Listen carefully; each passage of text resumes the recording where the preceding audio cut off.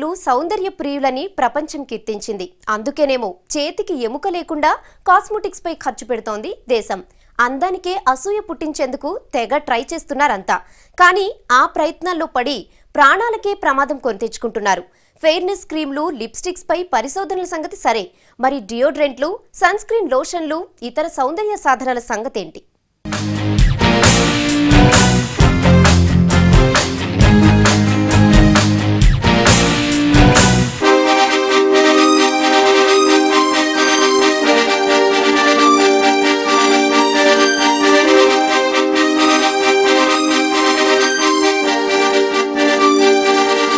ఒంటిపై దద్దుర్లు, చీము పొక్కులు, అల్సర్, అలర్జీ, కళ్లలో నలతలు మీకు తెలియకుండా బాడీనే స్మాష్ చేస్తున్నాయి కాస్మెటిక్స్ వాడే వాళ్లలో కామన్ గా వచ్చే సమస్యలివి.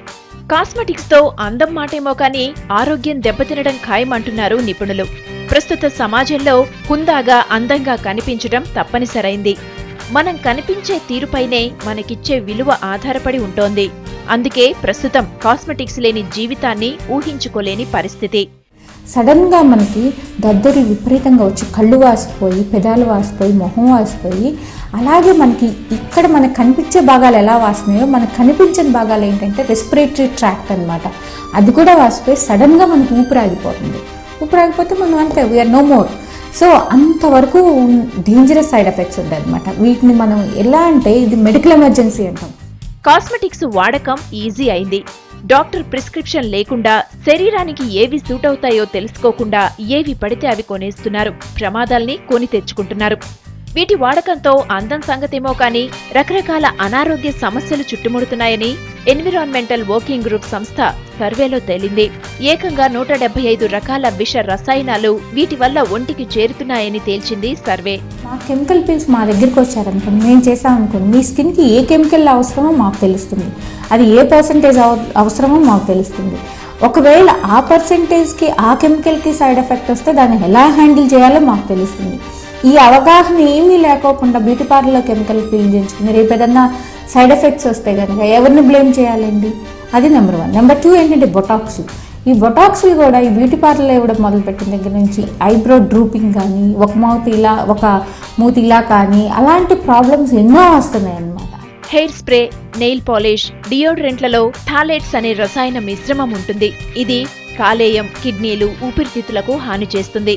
అలాగే అవుట్డేటెడ్ కాస్మెటిక్స్ ఎక్కువ కాలం వాడితే శరీరంలోని హార్మోన్ల వ్యవస్థ దెబ్బతింటుంది. అందుకే కాస్మెటిక్స్ లో ఈ రసాయనాల వినియోగాన్ని యూరోపియన్లోని 29 దేశాలు నిషేధించాయి. కాస్మెటిక్స్ లో ఉపయోగించే పాథలేట్స్, అక్రిలమైన్, ఫార్మల్డిహైడ్, ఎథిలిన్ ఆక్సైడ్ లాంటి రసాయనాలు, ఆహార పదార్థాలు నిలువ ఉండటం కోసం కలిపే ప్రిజర్వేటివ్లలో ప్రయోగించే రసాయనాలు శరీరాన్ని బలహీనపరుస్తాయి. ఇదే అలర్జీలకు కారణమవుతోంది.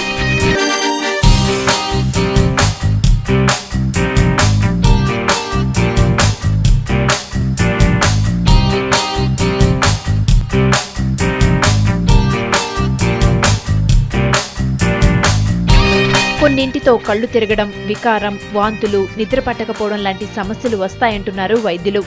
కాస్మెటిక్స్ ఏవైనా సరే ఫంగస్ చేరకుండా, ప్రిజర్వేటివ్స్, బ్యాక్టీరియా పట్టకుండా క్రీము చిక్కగా ఉండేందుకు థిక్నర్స్, సువాసన కోసం ఫ్రాగ్రెన్సెస్ వాడతారు. ఇవి జంతువుల కొవ్వు నుంచో, మొక్కల నుంచి తీసినవో లేక రసాయనికంగా తయారైన సింథటిక్ పదార్థాలతో అయ్యుంటాయి.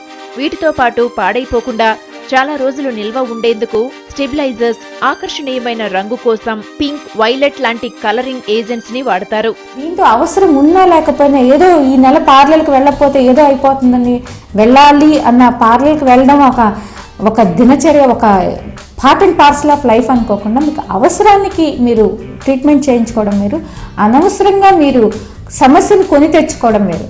అలా కాకుండా అలాగే టీవీ అడ్వర్టైజ్మెంట్లు, పార్లర్లు, అడ్వర్టైజ్మెంట్స్ ఇవన్నీ మీ మైండ్లో పెట్టుకోకుండా మీకు కావాల్సినంత వరకు, మీకు ఎంతవరకు కావాలో అంతవరకు చేపించుకుంటే కనుక డెఫినెట్గా ఎప్పుడు కూడా సేఫ్ అండి బ్యూటీ ట్రీట్మెంట్.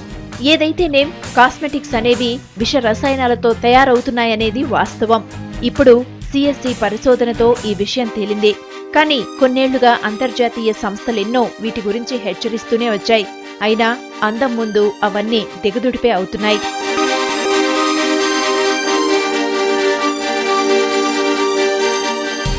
కాస్మెటిక్స్ విషాన్ని చిమ్ముతున్నాయన్న సంగతి తెలుసు. వాటి వల్ల చిన్న చిన్న రోగాలు వస్తున్నాయని గ్రహించిన వాళ్ళు ఎక్కువే. అలాగని సౌందర్య పోషణ తగ్గిందా అంటే ఛాన్సే లేదు. అందాన్ని డబుల్ చేసుకునేందుకు అవసరానికి మించి కాస్మోటిక్స్ వాడకం ఎక్కువైంది. అది ఆడవాళ్లలో మరీ ఎక్కువ.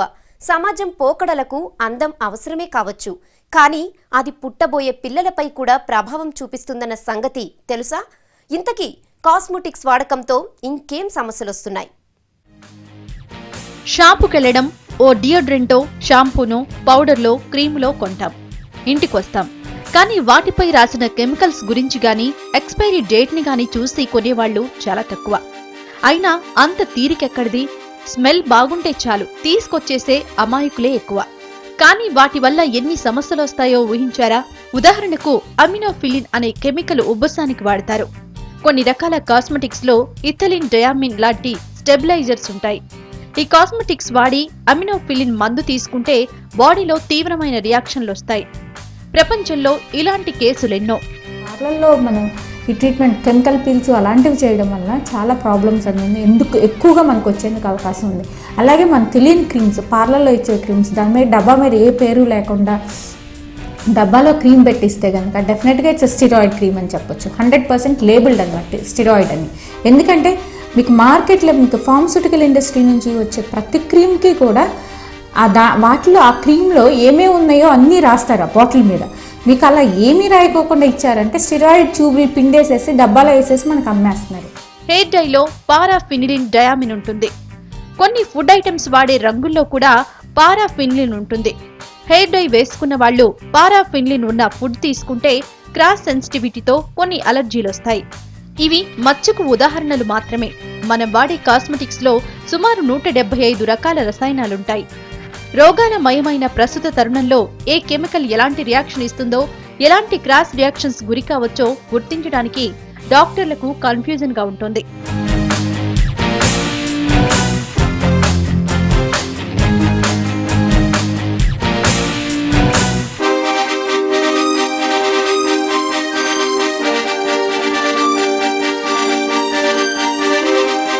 తాత్కాలిక అందం, ఆనందం కోసం సౌందర్య సాధనాలను వాడుతున్నారు, బాగానే ఉంది.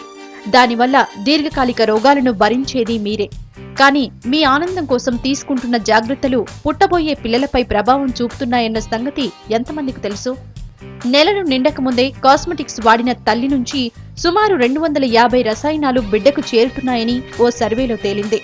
ఈ ఊబిలోంచి బయటకు తీసుకురావడానికి మళ్ళీ డాక్టర్స్ దగ్గరికి వెళ్తే సాటిస్ఫాక్షన్ ఏముండదంటే అప్పుడు అంత ఫెయిర్గా ఉందాం కదా, ఇప్పుడు ఆ ఫెయిర్నెస్ అంతా పోయింది, అదే బెటర్ ఏమో అనిపిస్తుంది. కానీ అది వాడుతుంటే దానికి ఉన్న సైడ్ ఎఫెక్ట్స్ చాలా చాలా చాలా ఎక్కువ ఉంటాయి. స్కిన్ బాగా డ్యామేజ్ చేస్తుంది.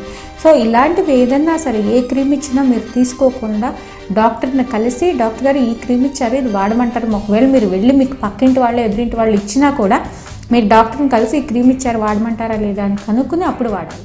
ఏదైతేనేం కాస్మెటిక్స్ కెమికల్ బాంబులా తయారయ్యాయి. వీలైనంత వరకు సంప్రదాయ సౌందర్య సాధనాలకు ప్రాధాన్యం ఇవ్వడం బెటర్ అంటున్నారు నిపుణులు. కాస్మెటిక్స్ ను కంట్రోల్ చేయడం వల్ల వాతావరణానికి ప్లస్ అవుతుందంటున్నారు. సో కాస్మెటిక్స్ తో బీ కేర్ఫుల్.